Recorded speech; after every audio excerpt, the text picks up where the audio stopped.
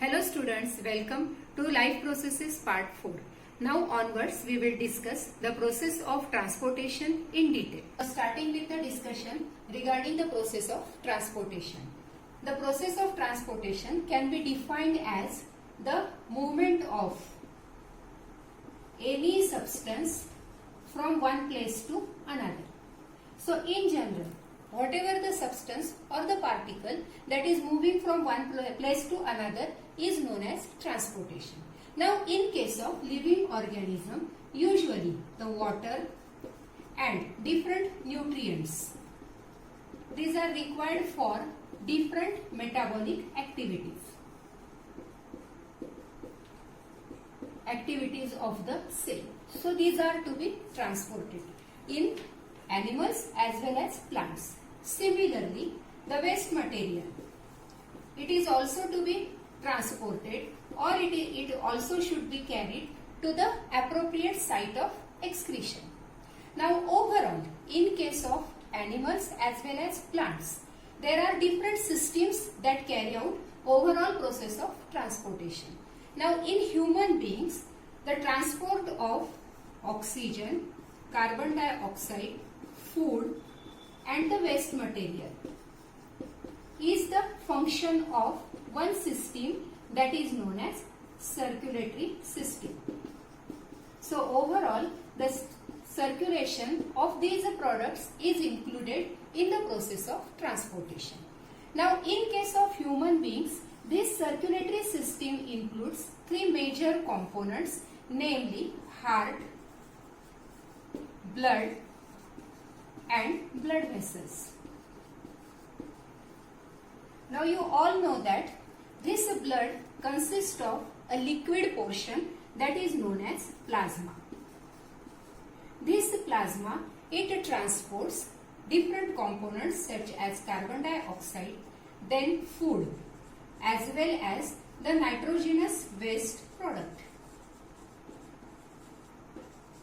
So the plasma from this blood is responsible for transportation of carbon dioxide, food and nitrogenous waste product.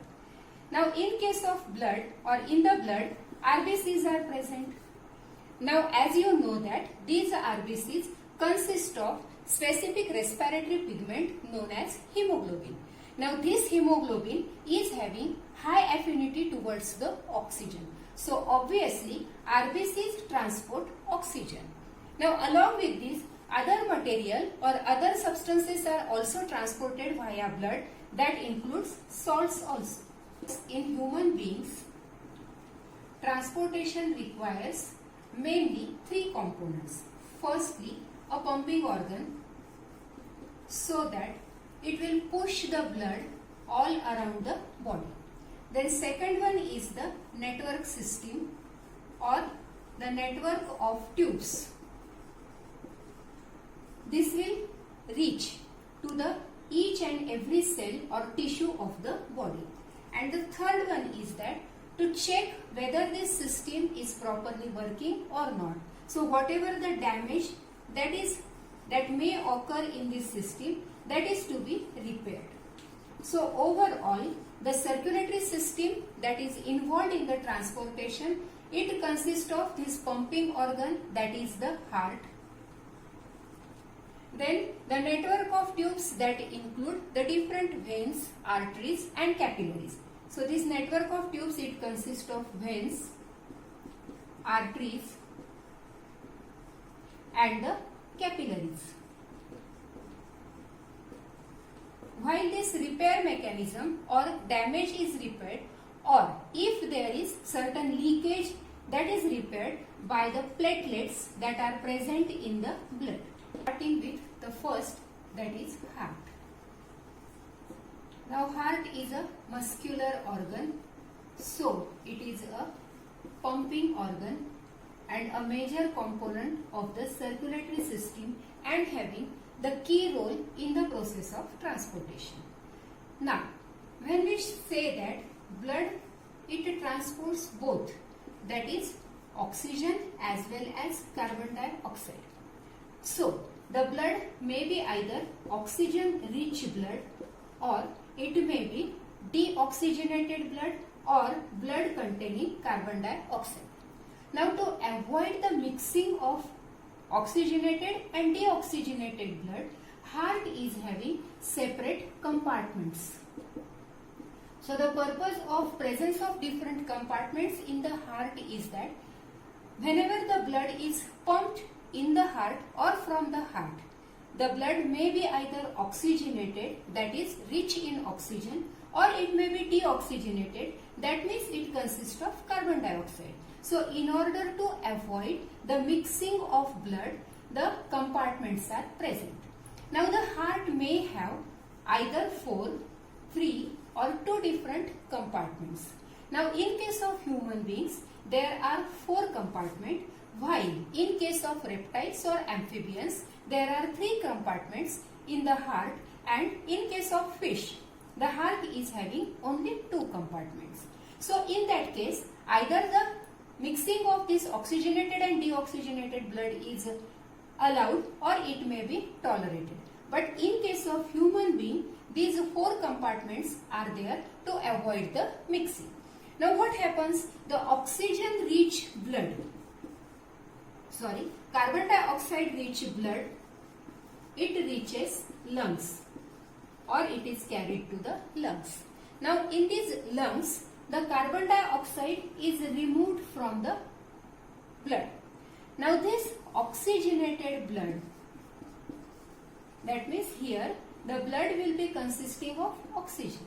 Now this oxygenated blood is further pumped back to the heart. So from the heart and towards the heart, there is the continuous flow or circulation of blood, but it is oxygenated and deoxygenated. This is diagram of human heart.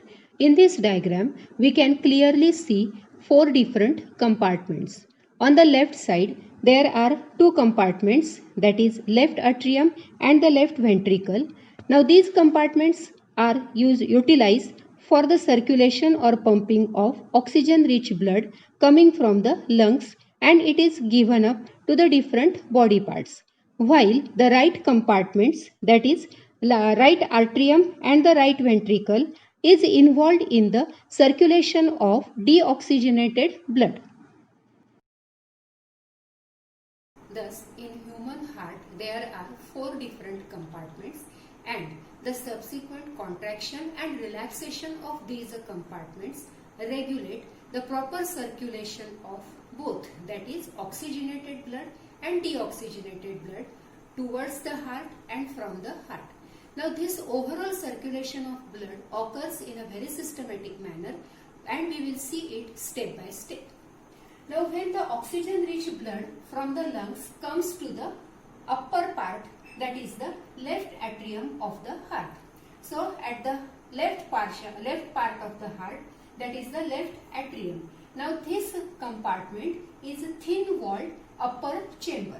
Now when the left atrium relaxes, the blood is pushed inside the compartment. So the blood is collected.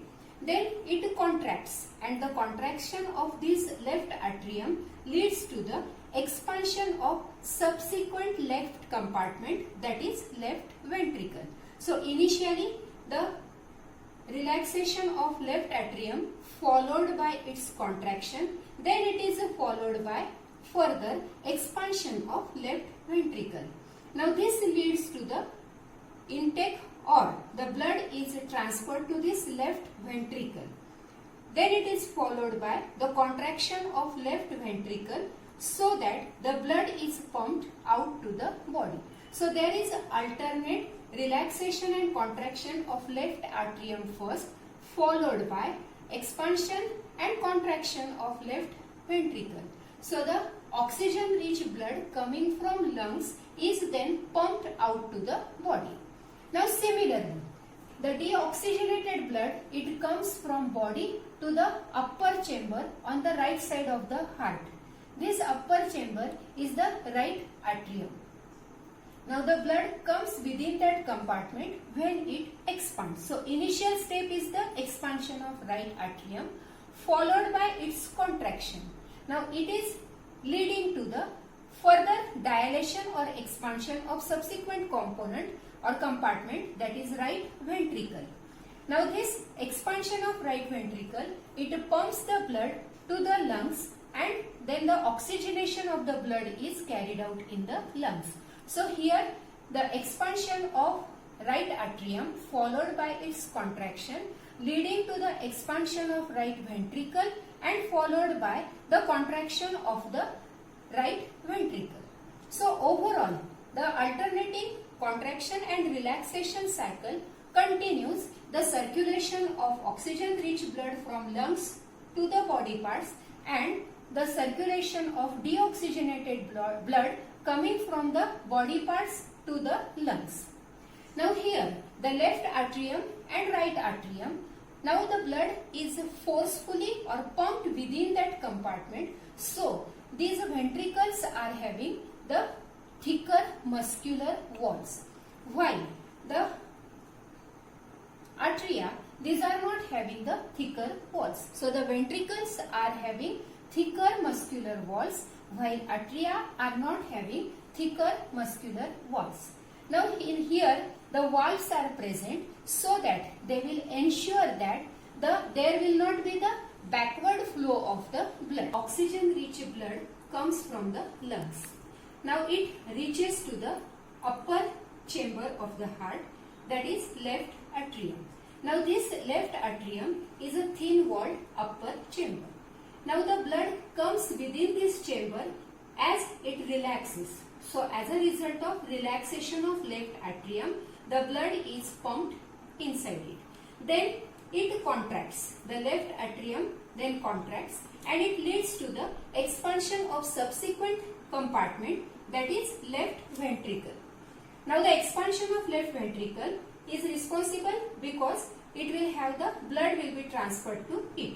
Now when that left ventricle contracts, the blood is pumped out to the body. So there is alternate relaxation and contraction of left atrium followed by relaxation and contraction of left ventricle. As a result, the oxygen rich blood coming from the lungs is further pumped out to the body. Now similarly, the deoxygenated blood, it comes from the different body parts. Now it is collected and it is poured in the right atrium. Now this happens when the right atrium is expanded. Then it is followed by the contraction of right atrium. As a result of this, it leads to the right ventricle expansion. Now when this right ventricle is expanded, it pumps this blood to the lungs for oxygenation. So there is again alternate expansion of the right atrium and contraction, and there is alternate expansion and contraction of right ventricle and the expansion. Now here the point important is that the ventricles, they usually pump the blood into the various organs. Therefore, the ventricles are having thicker muscular walls, while both, that is left atrium and right atrium, they don't have such thicker walls. Now here also the valves are present that will ensure that there is the backward flow of blood is prevented. So the valves are used for regulation of backward flow of the blood. Now the separation of this left and right compartments of the heart is essential, and it may be differently observed in the different types of animals. Now the first example is of the mammals and birds. The second example is of amphibians and some reptiles. And the third example is of fish. Now in case of mammals and birds, there are 4 compartments of heart. Amphibians and reptiles, there are 3 compartments of heart, while in case of fish, there are only 2 compartments of heart. Now here, the mammals and birds, as there are 4 compartments, there is complete separation of these compartments. Now this separation it completely avoids the mixing of oxygenated and deoxygenated blood. Now because of this, there is efficient high oxygen supply. Now this high oxygen supply is useful to these animals so that they continuously utilize the energy. Now why they require this energy? They require this energy to maintain their body temperature. Now these animals do not show change in their body temperature as per the environment. So they maintain that body temperature according to the environment. Now this is possible because there is separation of the left and right compartment. Now in case of amphibians and reptiles, there are 3 compartments of heart. Therefore, they can tolerate mixing of oxygenated and deoxygenated blood to certain extent. Now these amphibians and reptile, they do not show or they don't require the energy to maintain their body temperature. So they show the variation in their body temperature as per the environmental temperature. So if they have to utilize or if they have to maintain the body temperature, they will require the energy, and that energy is because of continuous oxygen supply, and that is possible by the separation. If they don't have to maintain that body temperature, they do not require the energy, so they can tolerate the mixing of oxygenated and deoxygenated blood. In the fish, there is only two-chambered heart. Now in case of fish, the blood is pumped to the gills. Here the blood is oxygenated and directly it is pumped to the rest of the body parts. Now thus, in case of fish, the blood is circulated through heart only one time during a transportation cycle. While in case of mammals, there is double circulation of the blood through the heart. Now the next component of the circulatory system is the tubes, or we can call it as blood vessels. There are 2 major types of blood vessels. First, that is the arteries, and second, that is the veins. Now these arteries, they carry out the blood away from heart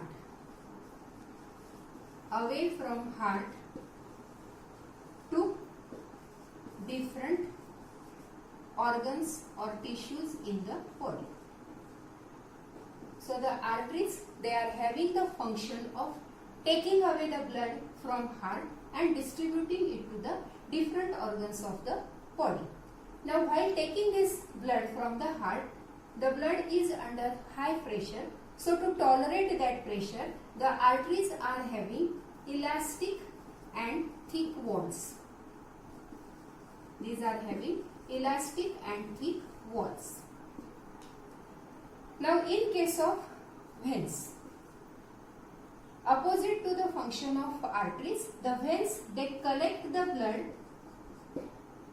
from different body organs or from different organs or tissues of the body, and then they recirculate it to the heart.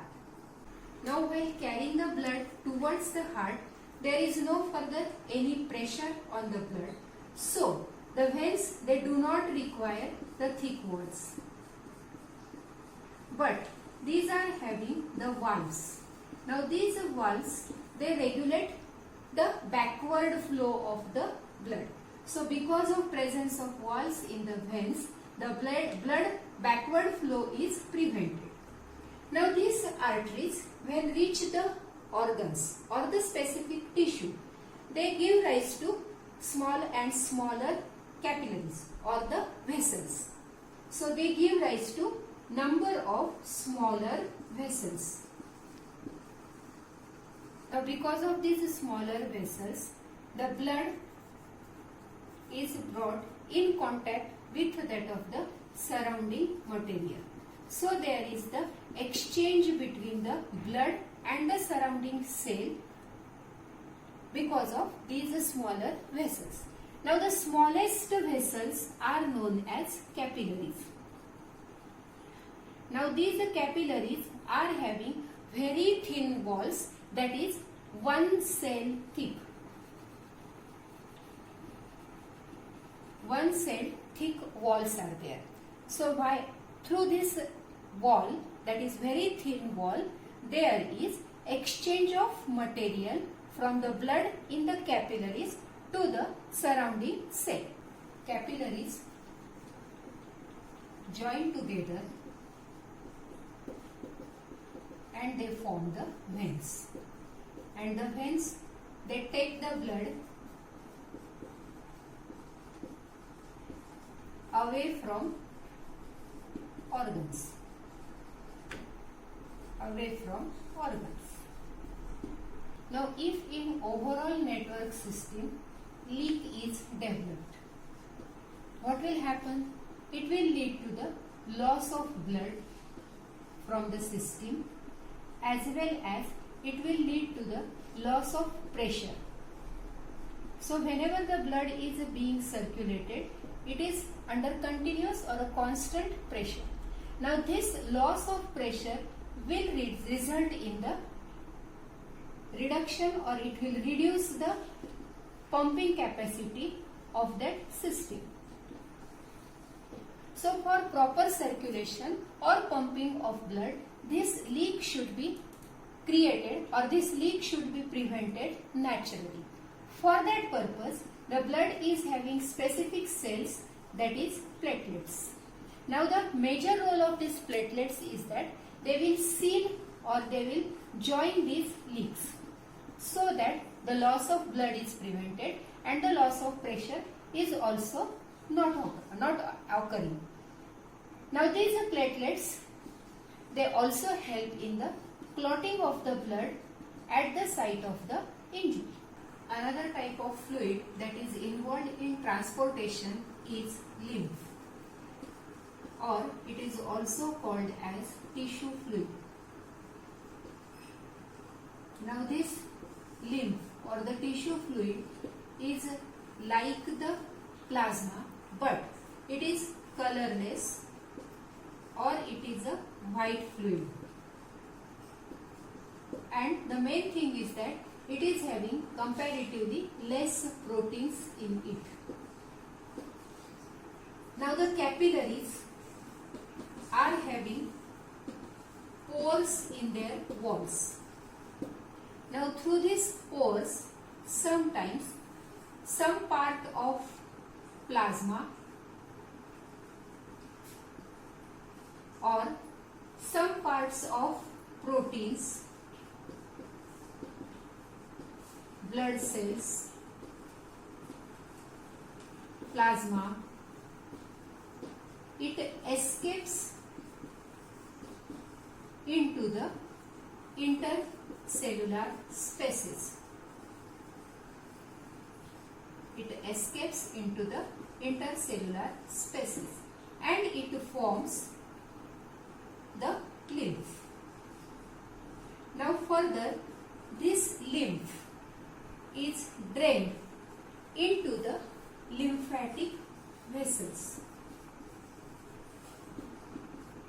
Lymphatic vessels. Now these lymphatic vessels further join and they form the larger veins. So finally the lymph is drained into the larger veins. Now the major role of this lymph is that it carries the digested or the absorbed food from the intestine. So in this video we have discussed in detail the process of transportation. We have also discussed the role or how the blood is circulated and the role of lymph. Hope you have understood. So coming to the end of the session, please like, share and subscribe my channel. Don't forget to press the bell button so that you will be getting notified. Thank you.